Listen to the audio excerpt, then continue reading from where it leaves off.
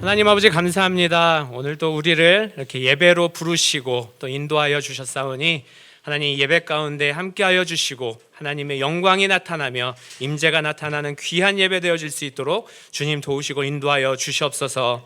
이 시간 나온 우리 로뎀 식구 여러분들 하나님 정말 하나님 앞에 신령과 진정으로 우리 마음을 다해서 정성을 다해서 예배드리는 시간 될 수 있도록 도와주시고 그 예배 가운데 하나님의 능력을 우리 삶으로 충만히 받는 귀한 시간 될 수 있도록 주님 도우시고 인도하여 주시옵소서. 예수님의 이름으로 기도합니다. 아멘. 안녕하세요. 네, 우리 초등 1부하고 2부가 여름 성경학교를 갔습니다. 우리 부모님들 어떻게 자유를 만끽하고 계시나요? 아직 미취학부 있는 친구들은 조금만 더 기다리시면 돼요. 이게 시간이 또 금방 가더라고요. 금방 가면 또 이렇게 1박 2일, 2박 3일로 자유를 누리는 그런 시간이 올 줄 압니다. 제가 이렇게 오랜만에 또 이렇게 설교를 하게 됐는데 목사님께서 자꾸 부담을 주시더라고요. 그렇잖아도 열심히 기도하면서 준비하고 있는데 자꾸 부담을 주시니까 제 마음이 더 무겁긴 합니다. 그런데 은혜를 주시는 분은 제가 아니고 누군지 다 아시죠? 이렇게 밑밥을 깔고 시작하도록 하겠습니다. 우리 하나님 말씀 함께 보겠습니다. 하나님 말씀 사도행전 8장 26절에서 31절 말씀입니다. 공교롭게도 지난주에 목사님께서 하신 그 말씀 구절하고 본문하고 같아요. 근데 저는 오래전부터 준비했거든요. 그래서 이거를 바꾸기가 참 어렵더라고요. 그런데 목사님은 또 이제 침례에 대해서 말씀해 주셨고 저는 오늘 예배에 대해서 같이 나누기를 원합니다. 그래서 본문 그대로 사도행전 8장 26절에서 31절 말씀 함께 보도록 하겠습니다. 합독하시겠습니다. 시작. 주의 사자가 빌립더러 일러 가로되 일어나서 남으로 향하여 예루살렘에서 가사로 내려가는 길까지 가라 하니 그 길은 광야라. 일어나 가서 보니 에디오피아 사람 곧 에디오피아 여왕 간다게의 모든 국고를 맡은 권세가 있는 내시가 예배하러 예루살렘에 왔다가 돌아가는데 병거를 타고 선지자 이사야의 글을 읽더라. 성령이 빌립더러 이르시되 이 병거로 가까이 나아가라 하시거늘 빌립이 달려가서 선지자 이사야의 글 읽는 것을 듣고 말하되 읽는 것을 깨닫느뇨 대답하되 지도하는 사람이 없으니 어찌 깨달을 수 있느뇨 하고 빌립을 청하여 병거에 올라 같이 앉으라 하니라. 아멘. 어렸을 때부터 교회를 다니신 분들은 아마 제 얘기에 좀 공감하실 수 있겠는데 제 가치관의 대부분은 사실은 교회에서 형성된 것 같습니다. 저는 그 교회의 방식으로 자라고 교회의 방식으로 생각했던 것 같아요. 아주 어렸을 때부터 제가 기억이 안 나는 그 순간부터 교회에 다니고 미취학부, 주일학교, 청소년부, 청년부, 대학부 이렇게 이르기까지 저는 교회에서 가르쳐 주는 대로 또 지도하는 대로 양육하는 대로 이렇게 제 생각을 많이 조정을 해왔던 것 같습니다. 그래서 때로는 어떤 결정을 내릴 때 특별히 그게 중요한 결정을 내릴 때는 이것이 과연 하나님 앞에 옳은 결정인가 이런 생각들을 항상 의식을 했던 것 같고요.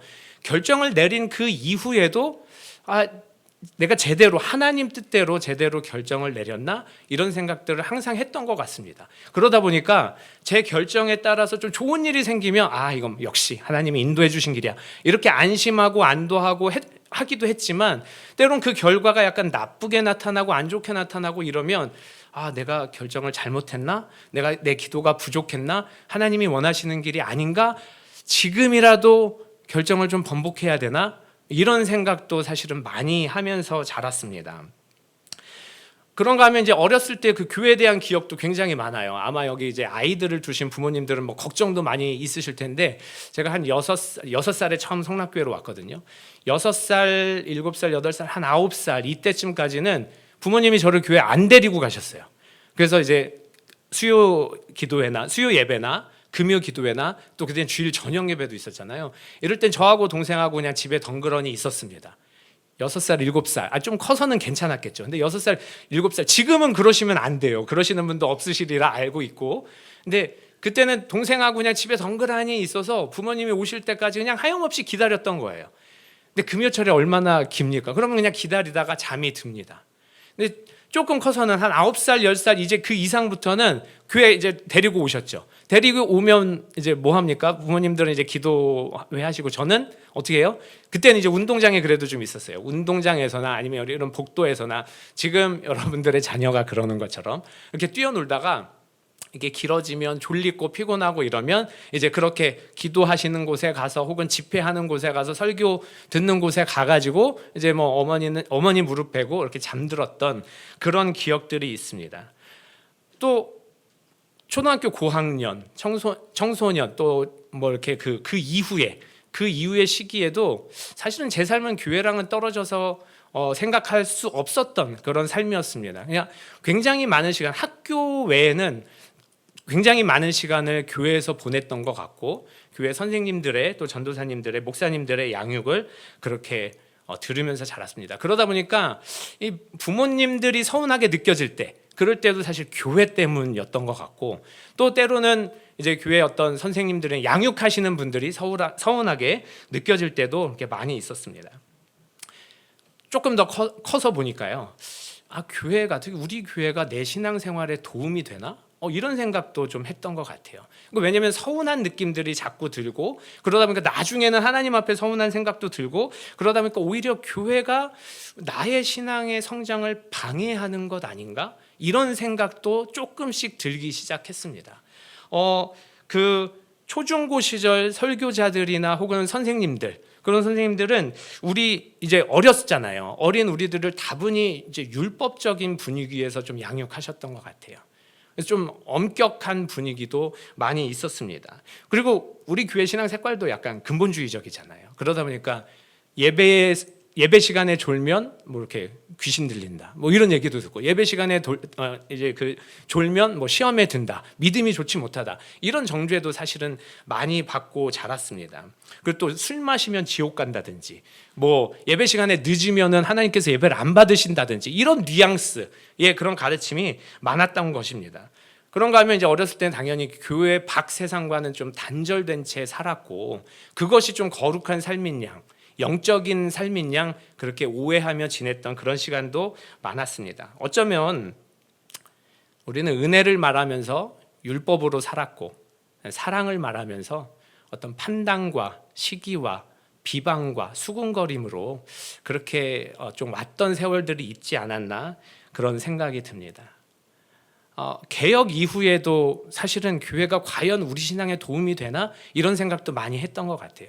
왜냐하면 개혁하자고 교회를 새롭게 하자고 함께 모였는데 사람들의 생각이 다 다른 거예요. 의견의 일치가 안 되는 거예요. 어떤 한 방향으로 가도 모자랄 것 같은데 자꾸 다른 얘기들이 많이 나오고 이러다 보니까 정말 어려움이 많았던 것 같습니다. 뭐 물리적인 충돌이나 또 관계의 단절, 장소의 단절 이런 것들은 어쩌면 부수적인 것일 수도 있습니다. 오히려 우리 안에서 개혁하자고 함께 나온 구성원 안에서 의견이 다른 것들이 우리를 더 힘들게 하지 않았나 그런 생각이 듭니다. 여러분들의 경험은 저와는 또 많이 다른 것들이 있겠죠. 어린 시절의 경험이라든지 혹은 예수 믿고 나서의 경험이라든지 교회에 대한 경험. 그런데 어쨌든 우리 교회를 바라봤을 때 혹은 좀 좁혀가지고 우리 로뎀나무 성교회를 바라봤을 때 우리의 경험들로 말미암아 그런 것들을 바라봤을 때 여러 가지 좀 부정적이면서 또 마음 복잡한 그런 생각들이 들지 않나 또 이런 생각도 듭니다. 어쩌면 힘든 마음만 들어가지고 진짜 교회가 모임이 내 신앙에 도움이 안 된다 이렇게 생각하시는 분들도 계실 수도 있고 아니면 그래도 그 가운데서 새로운 관계 속에서 또 새로운 하나님과의 만남 속에서 새롭게 느껴지는 또 먹어지는 그런 말씀 속에서 그래도 소망을 가지고 있는 분들도 계시리라 생각이 됩니다. 교회가 모임이 나의 신앙에 우리의 신앙에 도움이 되지 않는다는 생각이 들면 아마도 이제 이런 질문이 들을 거예요. 많은 교회를 떠난 사람들, 그런 소위 말해서 지금 이제 교회를 안 나오고 있는 그 안 나가 성도들, 거꾸로 해서 가나안 성도들이죠. 가나안 성도들이 아마 이런 질문을 많이 했을 거예요. 교회를 굳이 신경 쓸 필요가 있나? 특히 교회가 나의 신앙에 도움이 되지 않는다면 굳이 교회를 신경 쓸 필요가 있나? 오히려 교회 없이 하나님과 나의 관계가 더욱더 돈독해지고 더 깊어지고 그 말씀에 더 은혜를 받는다면 교회가 차라리 나의 신앙에 도움이 되지 않으니까 교회를 포기하고 교회를 나가지 않고 그런 게 더 우리한테 궁극적으로 유익이 되지 않나? 이런 생각을 하시는 분들이 계실 수도 있을 것 같아요. 이제 그걸 실천하면 이제 가나안 성도가 되는 거죠. 근데 그럼에도 불구하고 과거에 받았던 은혜, 과거의 추억들, 그리고 남아있는 관계들, 그리고 여전히 예배 가운데서 은혜 받는 것들, 또 새롭게 채워지는 것들, 또 하나님의 그런 임재하심들, 이런 것들이 채워지면 그러면 우리가 이 교회가 새롭게 느껴지고 새롭게 생각이 되어지고 긍정적인 생각으로 바뀔 수 있지 않나, 그런 생각이 듭니다. 십자가의 성 요한이라는 성자가 있습니다. 그 성자가 이런 이야기를 했습니다. 고귀한 영혼이 홀로 있으면 불붙은 석탄이 더 뜨거워지는 것이 아니라 오히려 더 식어간다고 그랬습니다. 고귀한 영혼에 초점을 맞추시면 안 돼요. 우리는 다 고귀하지 않습니다. 그런데 핵심은 불붙은 석탄 하나만 있으면 그 석탄이 계속해서 활활 타오르는 것이 아니라 결국은 식어질 수밖에 없다는 겁니다.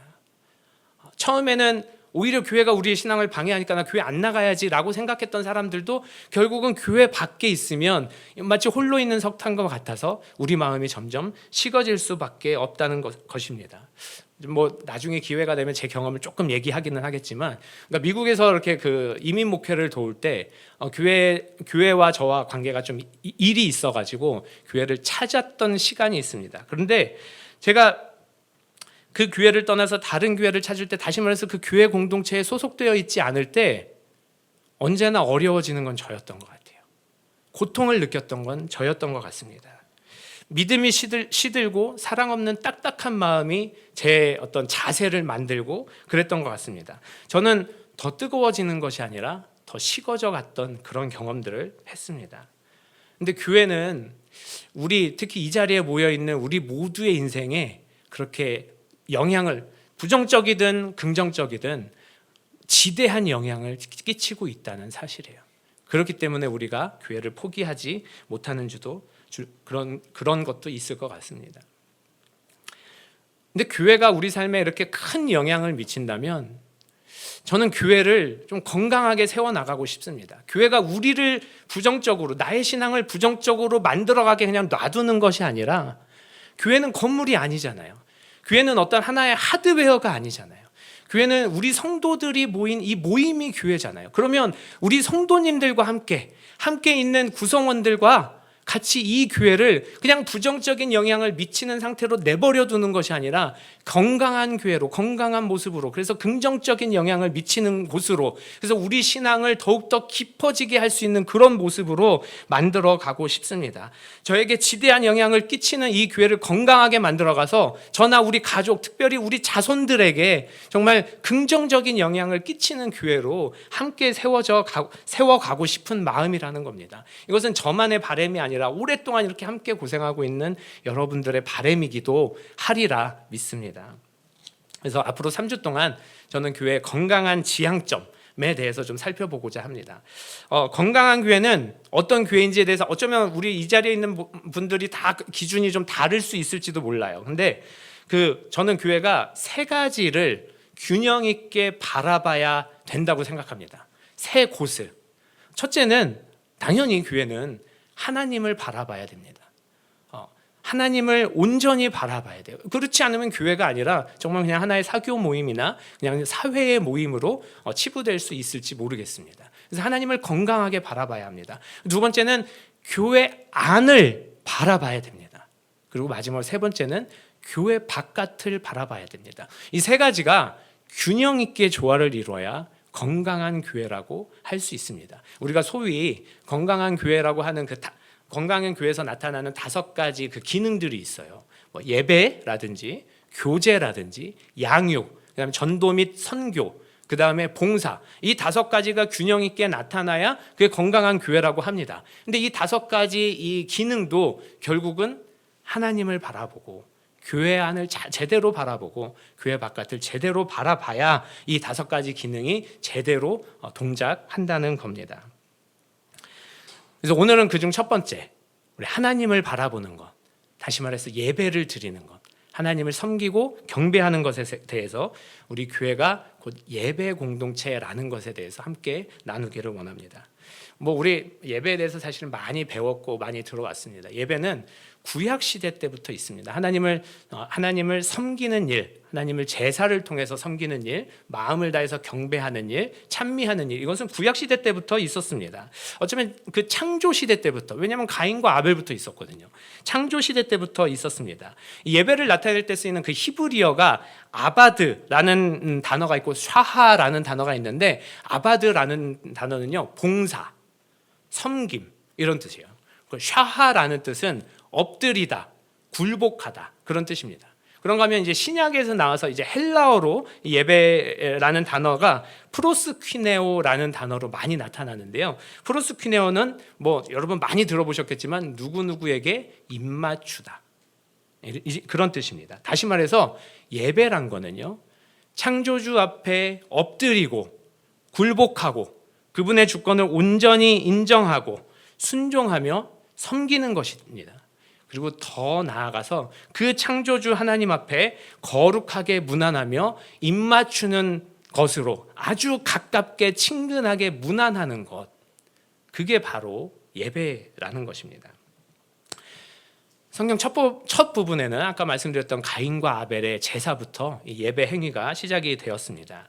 이때도 이제 구약의 예배 행위 혹은 제사가 있었던 것이죠. 그리고 그 이후에 성전이 없던 시절에는 제단을 쌓고 하나님을 경배하고 제물을 바치고 예배를 드렸습니다. 그리고 그 이후에 율법으로 말미암아 계시된 상황, 그 이후에는 성막과 성전에서 예배를 드렸고요. 그리고 성전이 무너진 포로 시대 그 이후에는 이제 회당을 지어서, 곳곳에 회당을 지어서 그곳에서 제사를 드리고 하나님을 섬겼습니다. 신약으로 넘어와서는 처음에는 성전과 회당 중심으로 예배를 드리다가 이제는 지역 교회가 세워지고, 먼저 가정 교회에서 예배가 이루어지고 지역 교회에서 예배를 드리게 되었습니다. 그런데 아주 초기에 이 구약 시대의 예배, 구약 시대의 제사부터 지금의 예배에 이르기까지 성경은 일괄적으로 일관되게 말씀하시는 것이 뭐냐면, 그 제사 가운데 예배 가운데 하나님이 임재하셨다는 거예요. 그게 우리가 초점을 두고 관심을 두어야 할 지점이라는 것입니다. 애굽으로부터 이스라엘 사람들을 하나님께서 부르실 때 모세에게 뭐라고 말씀하셨습니까? 우리가 우리 하나님 여호와께 희생을 드리려 하노니 사흘길쯤 광야로 가도록 허락하소서 하라. 다시 말해서 희생, 제사, 예배를 드리기 위해서 출애굽시킨 거예요. 그리고 광야에서 그 율법을 주시고, 그 레위기 9장 말씀에 이제 그 모세와 아론이 하나님 앞에 제사를 드리는 그 장면이 나옵니다. 그리고 그 제사 후에 하나님께서 임재하신 모습이 아주 생생하게 나와 있어요. 제가 읽어드리도록 하겠습니다. 레위기 9장 22절에서 24절입니다. 아론이 백성을 향하여 손을 들어 축복함으로 속죄제와 번제와 화목제를 마치고 내려오니라. 모세와 아론이 회막에 들어갔다가 나와서 백성에게 축복하매 여호와의 영광이 온 백성에게 나타나며 불이 여호와 앞에서 나와 제단 위에 번제물과 기름을 사른지라. 하나님의 임재가 아주 옛날부터 제사를 통해서, 예배를 통해서, 경배하는 그 행위를 통해서 나타났던 거예요. 요한복음 4장 23절에는 어떤 말씀이 있습니까? 아버지께서는 이렇게 자기에게 예배하는 자들을 찾으시느니라 라고 말씀하셨습니다. 다시 말하면 예배의 첫 역사부터 시작해서 지금에 이르기까지 하나님은 예배에 임재하시고 예배에 함께 하시고 그 영광을 예배를 통해서 드러내시고, 그리고 그 백성들이 예배에 나오기를 원하시고, 그리고 그 예배의 신령과 진정으로 예배를 드리기를 원하시고, 그렇게 진실되게 예배하는 자들을 찾는다고 일관되게 말씀하고 있습니다. 오늘 본문은요, 예배하고 돌아가는 이디오피아 내시 이야기입니다. 그러니까 이방인이잖아요. 지난주에 말씀드렸듯이 먼 곳에서 온 외국인입니다. 피부색도 아마 달랐을 거예요. 근데 그리고 또 내시입니다. 그런데 이 하나님께서 이 이방인 예배자, 이 외국인 예배자를 그냥 돌려보내지 않으신 그 말씀이 오늘 본문에 나와 있습니다. 특별히 그 사람에게 관심을 가지셨던 거예요. 아마 이 성전에서 드린 예배의 이 예배자가 은혜를 못 받았는지, 빌립 집사를 하나님께서 성령으로 이끌어서 그 이디오피아 내시에게 인도를 합니다. 이 사람은 유대인도 아니어서 그랬는지 그 성경에 대한 지식이 별로 없었던 것 같아요. 이사야서를 꺼내놓고 읽고 있었지만 그게 무슨 뜻인지 몰랐다고 성경은 기록하고 있습니다. 그래서 빌립이 이 말씀에 대해서 자세히 풀어주고 다시 설명하고 그러자 이 사람이 명확하게 이해를 해서 그리스도를 영접하고 침례까지 받았다고 오늘 본문은 기록하고 있어요. 먼 아프리카에서 예루살렘까지 와가지고 예배하고 돌아가다가 그 예배에서는 어떻게 됐는지 모르겠지만 이 하나님께서 인도하신 이 빌립 집사를 통해서 하나님의 말씀을 제대로 듣고 구원까지 얻고 은혜 받고 돌아가는 것입니다. 하나님은 예배자를 멸시치 않으십니다. 예배자를 공수로 돌려보내지 않습니다. 빈손으로 돌려보내지 않는다는 말씀입니다. 하나님은 예배자에게 관심을 가지고 계십니다. 보통 관심이 아니고요, 아주 큰 관심, 지대한 관심을 가지고 있다고 성경은 우리에게 말씀하고 있고 여러 가지 사건들을 통해서 그것을 나타내 주고 계십니다. 이것은 태초부터 하나님께서 지금까지 일관되게 행하신 패턴이자 약속입니다. 하나님은 예배에 우리를 기다리고 계시고요, 예배자들을 찾고 계시고 또 눈여겨보시고 무엇보다 어떻게든 돕기를 원하고 계신다는 거예요. 어떻게든 채워주기를 원하고 계신다는 겁니다. 왜 그런지 저는 한번 곰곰이 생각을 해봤어요. 왜 그럴까요? 하나님께서 왜 예배자들을 찾으시고 아주 태초부터 지금까지 아주 오랜 기간 동안 지속적으로 그 약속을 어기지 않고 지키고 계십니다. 사실 이거 여러 가지 이유들을 원인을 찾을 수 있겠죠. 근데 저는 이거를 희생의 관점에서 좀 바라보기를 원합니다. 희생의 관점. 예배는 희생입니다. 구약의 제사가요, 영어로 얘기하면 이게 sacrifice잖아요. 그러니까 말 그대로 희생입니다. 과거에는 제물이 희생이 되었죠. 그리고 이제 지금은 예배자의 희생이 있어야 되는 거예요. 근데 무엇보다 중요한 것은 가장 고귀하신 예수님, 가장 존귀하신 예수님, 그분이 희생이 되셨다는 겁니다. 우리의 예배를 위해서, 우리가 하나님과 화목하게 되기 위해서, 온 우주 안에 어떤 것으로도 바꿀 수 없는 그 예수님이 예배를 위해서 희생되셨다는 거예요. 과거에는 동물의 희생으로 하나님께서 용서해 주셨지만 그것이 지속적으로 반복돼야 되고 영원히 갈 수 없기 때문에 예수님께서 단번에 희생으로 그렇게 우리의 예배를 열어주셨다는 것입니다. 그러므로 이 예배에는 복음의 핵심이 잘 나타나 있는 것 같아요. 우리가 성소에 들어갈 수 있는 유일한 방법, 다시 말하면 하나님을 만날 수 있는 유일한 방법은 그 지성소를 지나서 그 성소의 그 휘장을 지나서 지성소로 들어가야 되는 것입니다. 근데 이것은 우리가 동물의 피로 할 수 있는데 한 번으로 끝나는 것이 아니라 지속적으로 계속돼야 되는 것이고 영원한 것이 아닙니다.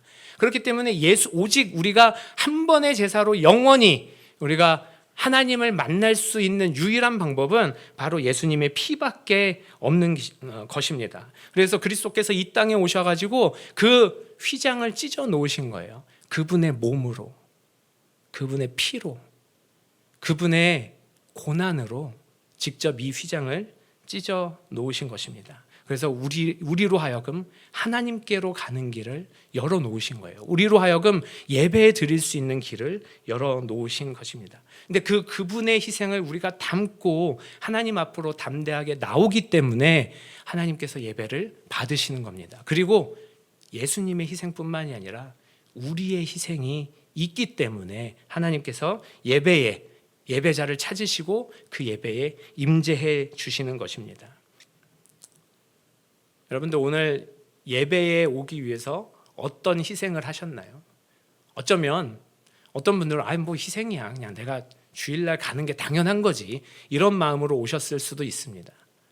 근데 그럼에도 불구하고 여러분들은 희생하며 나오신 거예요.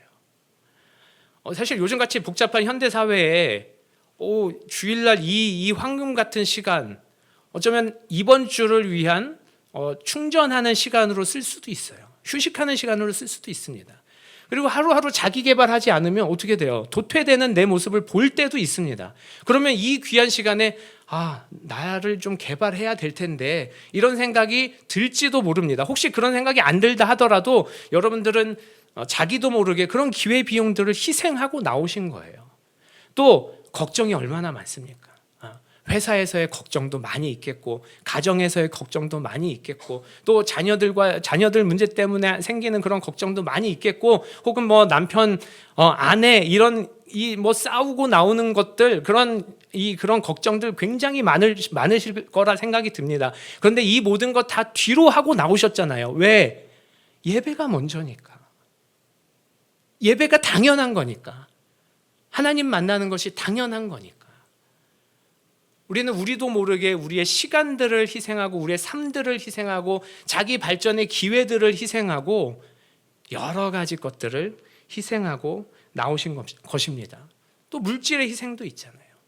헌금도 드리고 또 교회에서 뭐 여러 가지 교제하려면 나의 물질을 써야 되는 것도 있고, 그런 또 무엇보다 요즘같이 가치가 중요한 때 그런 다 가치들을 다 희생하고 이곳에 나오신 분들입니다. 그런 가치들보다, 그런 나의 고민들보다, 또 나의 그런 생각들보다, 기회들보다 하나님이 더 중요하다고 하고 나오신 거예요. 하나님을 만나야만 한다고 생각하고 나오신 겁니다.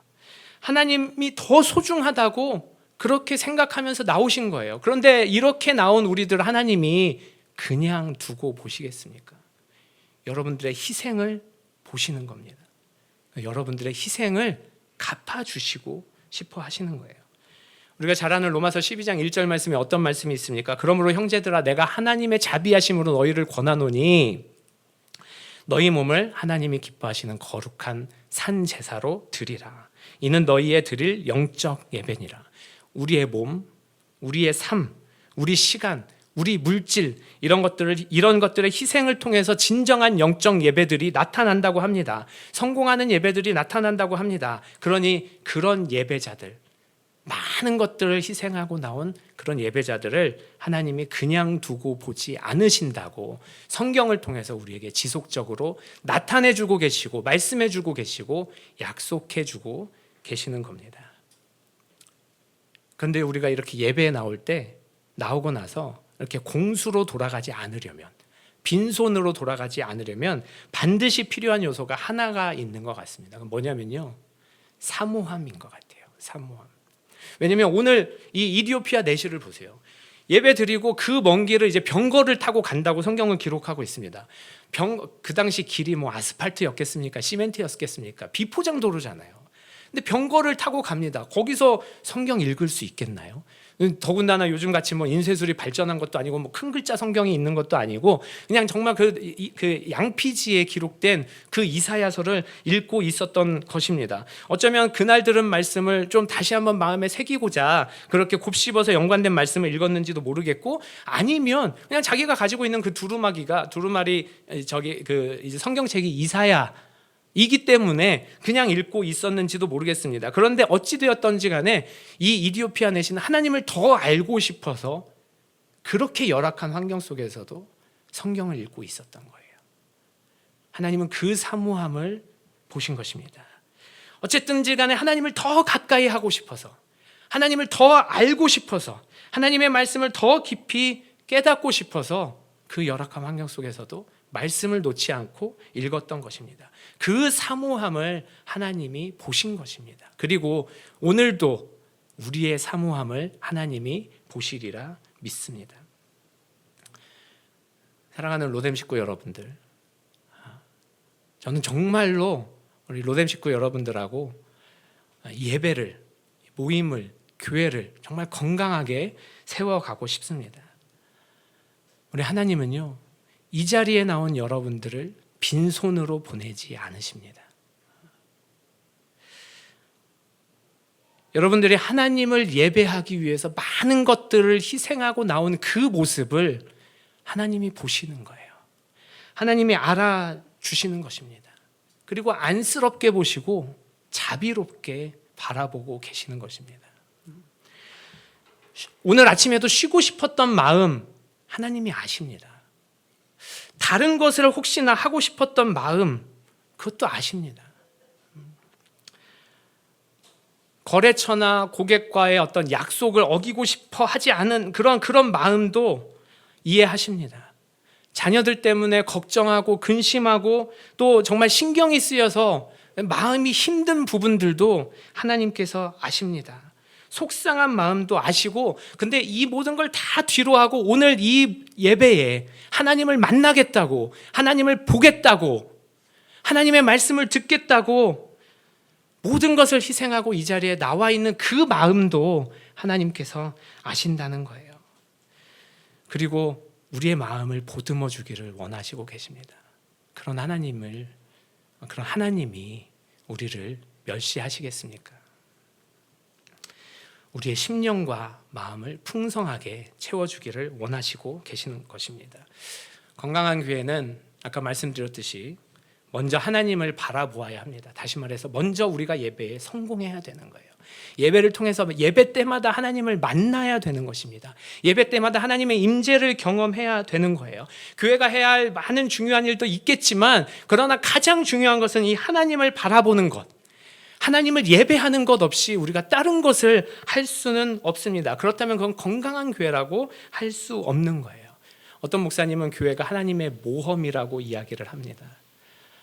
왜냐면요, 하나님의 나라의 모형이 이 교회에 나와 있는데, 이 교회는 불완전한 인간들로 가득 차 있는 거예요. 부족한 인간들로 가득 차 있는 거예요. 죄투성이, 실수투성이 인간들로 가득 차 있는 겁니다. 이 죄투성이, 이 사람들이 어디로 튈지 모르는 거예요. 그러니까 하나님의 나라가, 하나님의 교회가 하나님이 모험하시는 거라고 표현하고 있습니다. 우리 힘으로는 할 수 없죠.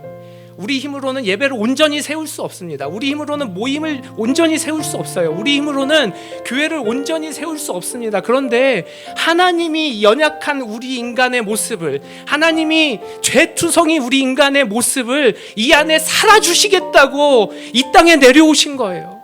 우리 안에 거하시는 겁니다. 하나님이 이 죄투성이 인간들을 완전하게 한번 해보시겠다고, 변화시키시겠다고 작정하고 내려오신 거예요. 그러므로 우리가 하나님을 의지함이 없이, 성령을 의지함이 없이 예배 진정으로 드릴 수 없고요, 모임 세울 수 없고요, 교회 세울 수 없다는 건 자명한 일입니다. 그러므로 우리는 사모함을 가지고 예배에 나와야 됩니다. 그리고 그 예배 빈손으로 보내지 않으시는 그 하나님의 약속을 믿고 날마다 하나님의 임재를 보고 하나님의 영광을 봐야 됩니다. 사모함을 가지고. 그래서 우리 평생에 정말 예배가 날마다 하나님의 임재를 바라보길 원합니다. 하나님의 임재를 경험하길 원합니다.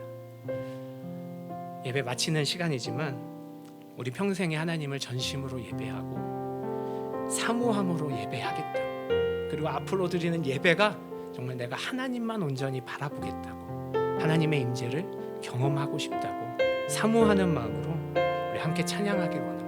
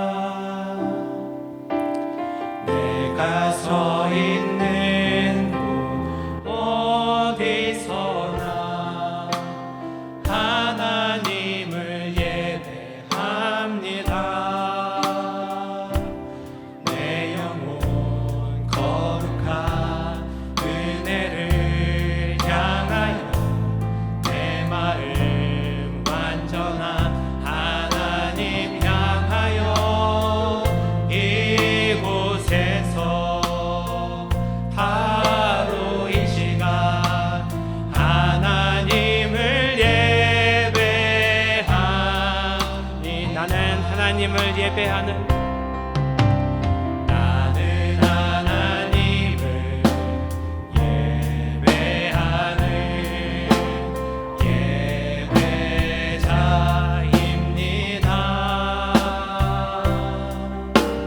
내가 서 있는 곳 어디서나 하나님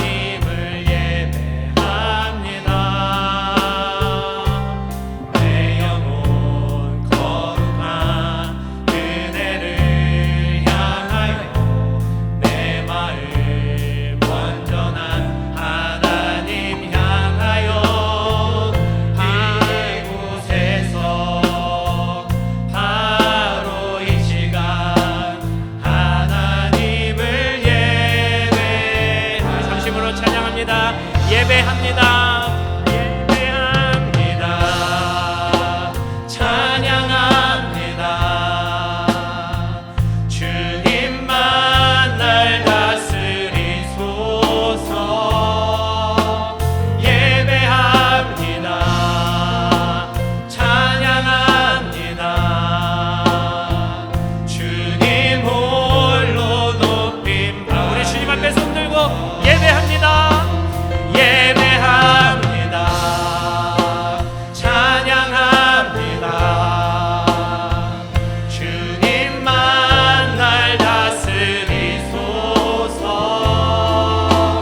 예배합니다. 찬양합니다. 주님 홀로 높임 받으소서. 이 시간 같이 기도합니다. 이 시간 기도할 때 하나님, 내가 정말 진정을 다해서 사모함으로 주님을 예배하길 원합니다. 내 평생에 정말 주님을 예배할 때 이렇게 사모함 가지고 나오겠습니다. 하나님, 이렇게 주님 앞에 사모함 가지고 나올 때 나의 예배를 받아주시고 나의 예배 임재하여 주시고 우리 예배에 함께하여 주시옵소서. 그래서 정말 사모함 가지고 예배를 나온 우리들을 빈손으로 보내지 말아주시고 공수로 보내지 말아주시고 우리의 삶을 채워주시고 우리의 영혼을 채워주시옵소서. 우리 한 목소리로 기도하시겠습니다. 하나님 아버지 감사합니다. 하나님 아버지, 정말 주님께서 우리에게 약속하여 주시고 말씀하여 주셔서 이 예배 가운데 함께하여 주신다고, 이 예배를 받아주신다고, 이 예배를 봐주신다고 약속하여 주심을 참으로 감사합니다. 하나님, 정말 이 예배를 온전히 주님 앞에 드리며 나아갈 때 하나님의 임재하심을 바라보며 나아갈 수 있도록 도와주시고 하나님의 채워주시는 것을 바라며 나아갈 수 있도록 주님 도와주시옵소서. 그래야 정말 하나님의 임재하심이 매 예배 때마다 우리의 삶 가운데 나타날 수 있도록 도와주시고, 그래 우리의 삶이 날마다 충만해지고 정말 주님과 함께하는 삶이 되어질 수 있도록 주님 붙들어 주시고 인도하여 주시옵소서. 하나님의 능력이 하나님 우리 가운데 충만히 나타날 수 있도록 도와주시고 하나님의 권능이 나타날 수 있도록 도와주시고, 무엇보다 이 예배를 통하여 하나님 주님의 그 능력을 소유하는 우리 귀한 로뎀 식구들 다 될 수 있도록 주님 붙들어 주시고 인도하여 주시옵소서. 온전히 우리가 주님만 바라보며 한평생 사모함으로 예배드리길 작정하는 자들 될 수 있도록 도와주시고, 주님만 바라보기로 작정하는 우리 로뎀 식구들 다 될 수 있도록 주님 붙들어 주시고 역사하시고 인도하여 주시옵소서. 그리하여 예배를 통하여 우리 모두 체험을 얻을 수 있도록 도와주시고, 예배를 통하여 주님을 만나는 귀한 자들 될 수 있도록 도우시고 인도하여 주시옵소서. 사랑과 은혜가 풍성하신 하나님 아버지, 태초부터 지금까지 신실하게 예배에 임재해 주시겠다는 약속을 지켜주심을 참으로 감사드립니다. 하나님, 우리가 그 약속을 믿고 이제 앞으로 정말 더욱더 사모하며 더욱더 간절히 더욱더 진정으로 주님 앞에 예배드리기를 작정하고 다짐하며 나아가오니 하나님, 우리를 불쌍히 여겨주셔서 예배 나오는 모든 자들에게 하나님의 임재와 충만히 채워주심을 경험할 수 있도록 주님 도와주시옵소서. 공수로 보내지 않으신다는 그 약속을 우리 평생에 체험할 수 있도록 도와주시고, 또 그 약속이 풍성하게 삶에서 나타날 수 있도록 도와주시옵소서. 예수님의 이름으로 기도합니다. 감사합니다. 제가 설교 안 했는데 저는 이제 50대 중반이 됐어요. 55살인데 제가 아마 이제 여기서 일할 나이가 얼마나 될지 모르겠어요. 그러니까 저는 늘 생각할 때 늘 후배들에게 어떻게 자리를 마련해 줄 고민을 많이 합니다. 대학부든 어디든 간에. 참 좋았죠. 예. 더 기회를 많이 주려고 하고 압박감도 더 주려고 합니다. 그래서 이제 6월 달부터 시작해서 4주면 2주는 제가 하고 2주는 전사님이 하시기로 이렇게 되어 있습니다. 여러분 기도하면서 말씀 사모했으면 좋겠습니다. 기도하겠습니다. 이제는 우리 주 예수 그리스도의 크신 은혜와 아버지의 극자신 사랑과 성령의 인도하심이 예배를 사모하는 자에게 공수로 보내지 않는 그 은혜를 사모하는 모든 심령들에게 영원토록 함께 있을지어다. 아멘.